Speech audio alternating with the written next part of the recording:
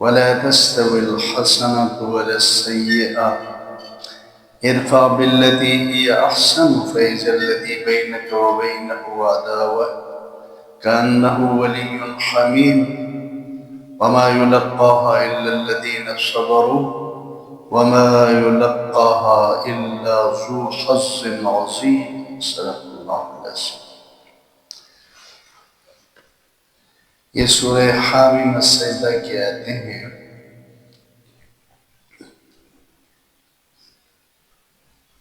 ذو حظ عظیم کا لفظ ہے، ذو حظ عظیم۔ حظ کہتے ہیں نصیب کو، قسمت کو۔ اللہ تعالیٰ نے ایک خاص صفت کا ذکر کیا ہے، خوبی کا۔ فرمایا کہ یہ خوبی جس کے اندر ہے وہ بڑا نصیب والا ہے۔ کیا ہے؟ اللہ جس کو کہہ رہا ہے کہ بڑا قسمت والا ہے، بڑا نصیب والا ہے۔ خوبی کیا ہے؟ آیت کا ترجمہ سن لیجیے۔ اچھا، ولی حمیم، ایک اور لفظ ہے ولی حمیم۔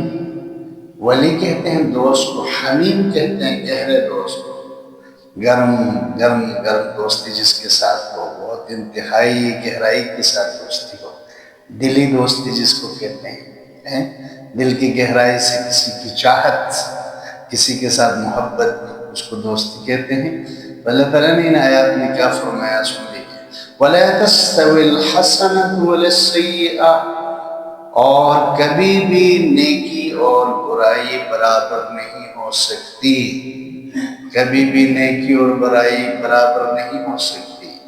ادفع بالتی ہی احسن، ہمیشہ برائی کو دور کرنے کے لیے بہترین طریقہ اختیار کرو۔ ایسا کرو گے فَإِذَا الَّذِي بَيْنَكَ وَبَيْنَهُ عَدَاوَةٌ كَأَنَّهُ وَلِيٌّ حَمِيمٌ، اس عمل کی وجہ سے جو تمہارا سخت دشمن ہے وہ تمہارا جانی دوست بن جائے گا، تمہارا سچا دوست بن جائے گا۔ یہ عمل کرو گے تو تمہارا دشمن تمہارا دوست بن جائے گا۔ وَمَا يُلَقَّاهَا إِلَّا الَّذِينَ صَبَرُوا، لیکن یہ صفت بھی، اور یہ صفت بھی وہی بندہ حاصل کر سکتا ہے جس کے اندر صبر ہے، برداشت ہے۔ وَمَا يُلَقَّاهَا إِلَّا ذُو حَظٍّ عَظِيمٍ، اور یہ صفت اسی کو حاصل ہوتی ہے جو بڑا نصیب والا ہے اور بڑا قسمت والا ہے۔ اللہ تعالیٰ فرما رہے ہیں ان آیت میں دو باتیں۔ ایک بات تو یہ ہے کہ نیکی اور برائی اپنے جزا سزا، اپنے انجام کے اعتبار سے کسی بھی صورت میں برابر نہیں ہے۔ نیکی کا انجام نیک ہے، نیکی کا جزا نیک ہے، اس کا اجر و ثواب ہے، اس سے اللہ خوش ہو جاتا ہے، راضی ہو جاتا ہے۔ وہ انسان کی جو نہ آخرت کو بناتی ہے، جنت کو جو نہ جنت تک آپ کا ساتھ چلتی ہے، نیکی جنت تک ساتھ چلتی ہے سب تو نیکی اور برائی برائی کی وجہ سے اللہ ناراض ہو جاتا ہے، اس کی وجہ سے دنیا کی پریشانی آ جاتی ہے، قبر کے عذاب حشر میں آخر میں جہنم میں پہنچا دیتی ہے۔ تو اللہ تعالیٰ فرما رہے ہیں کہ نیکی اور برائی برابر نہیں ہو سکتی، انجام کے لحاظ سے نیکی بہترین ہے، اس کا انجام بہتر ہے۔ لیکن اگر کسی انسان کے ساتھ کوئی برا سلوک ہو جائے، اگر کسی کے ساتھ برا سلوک ہو جائے تو کیا کریں؟ یاد رکھو حضور اقدس صلی اللہ علیہ وسلم جب مکہ میں تھے تو دین اسلام کے دشمنوں نے آپ صلی اللہ علیہ وسلم کو اور دین اسلام کو بہت نقصان پہنچانے کی ہر حربہ استعمال کیا۔ آپ صلی اللہ علیہ وسلم کو، صحابہ کرام کو، اسلام کو ختم کرنے کے لیے آخری حد تک گئے۔ لیکن اللہ تعالیٰ کے یہ حکم، یہ مکی صورت ہے، سبھی مکی صورت ہے، جانی دشمنوں کے ساتھ اللہ یہ فرما رہے کہ میرے نبی ان کی برائی کا جواب آپ نے برائی سے نہیں دینا۔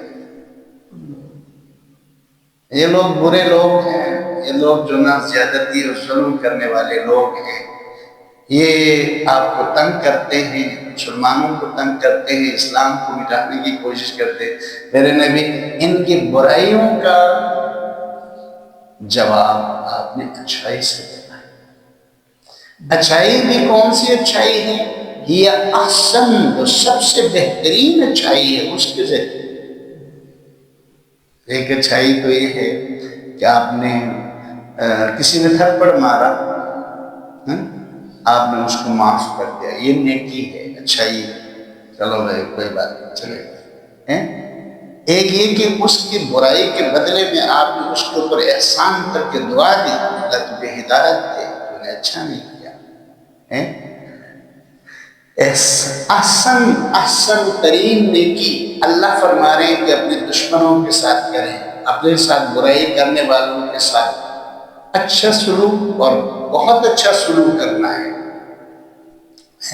معاف کرنا۔ دیکھو نا، کوئی تھپڑ مارے، ہم تھپڑ مارے، یہ انصاف ہے۔ کوئی تھپڑ مارے، آپ نے بھی تھپڑ ایک لگایا، یہ انصاف ہے، یہ عدل ہے، یہ جائز ہے، بالکل اللہ نے قرآن میں اس کی اجازت دی۔ بدلہ لینے کا، انصاف کے ساتھ بدلہ لینا جائز ہے۔ دوسرے کیٹیگری کیا ہے؟ تھپڑ کسی نے تکلیف دی، ظلم کیا، معاف کرے، یہ کیا ہے؟ یہ دوسرا کیٹیگری، یہ حسن ہے، اس کو کہتے ہیں حسن، خوبصورتی، اچھا کام، کسی کی زیادتی اور ظلم کو معاف کر، بدلہ نہیں لیا، یہ بھی اچھا ہے۔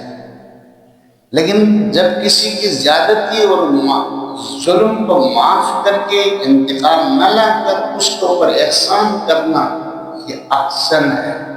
اللہ کہہ رہا ہے کہ کوئی تمہارے ساتھ برائی کرے تو اس کے ساتھ اعلیٰ پیمانے کی نیکی کرو۔ اعلیٰ پیمانے کی نیکی کا فائدہ کیا ہوگا؟ جو تمہارے جان کا دشمن ہے وہ تمہارا گہرا دوست بن جائے گا۔ یہ اللہ کا وعدہ ہے، ہمارا نہیں، یہ اللہ فرما رہے ہیں۔ اگر یہ جان کے دشمنوں کو معاف کر دینے سے، احسان کر دینے سے وہ دوست بن جاتے ہیں۔ اور یہاں کس کو کہا جا رہا ہے؟ ابو جہل کے خلاف عتبہ، شیبہ، ولید، ابی بن خلف، عاص بن وائل، یہ بڑے بڑے جو بدماش تھے مکہ کے رہنے والے مشرکین میں، ان کے ساتھ اللہ تعالیٰ فرما رہے کہ میرے نبی ان کے ساتھ اچھے سے اچھا سلوکات کریں، تمہاری اچھائی کی وجہ سے یہ شکست کھائے۔ اور یہی وہ چیز ہے جس کو سمجھنے کی ضرورت ہے۔ ہم مسلمانوں میں یہ چیز ختم ہوتی جا رہی ہے۔ ہم مسلمان ایسے ہی تھے، اب بھول گئے۔ حضرت علی رضی اللہ تعالیٰ عنہ غزوہ خیبر میں یہودی کو لٹا کر گردن کاٹنے لگے اور وہ نیچے سے آپ کے چہرے پر تھوک دیا۔ حضرت علی فوراً اس کو چھوڑ کر الگ، یہودی کہنے لگے کیوں مجھے چھوڑا بھائی؟ پہلے تو جو مجھے قتل کر رہا، کہ پہلے تجھے تو اللہ کے لیے مار رہا تھا، اب تم نے میرے چہرے پر تھوک دیا، تجھے ماروں گا تو یہ میں اپنے لیے مارنے والا ہوں، میں اپنے لیے کسی کو نہیں مار پایا۔ ہم ایسے تھے، ایسا اب یہ صفتیں ہمارے اندر کم ہوئی۔ مسلمان آپس سے باہر، گھروں میں لڑائی جھگڑے، محلوں میں لڑائی جھگڑے، یہ برادریوں میں لڑائی جھگڑے صرف انا اور ضد کی وجہ سے ہو رہی۔ دونوں طرف علم نہیں ہے، دونوں طرف اچھائی نہیں ہے، تو جب برائی کے ساتھ مقابلے میں آ گئے تو وہاں فساد ہی فساد۔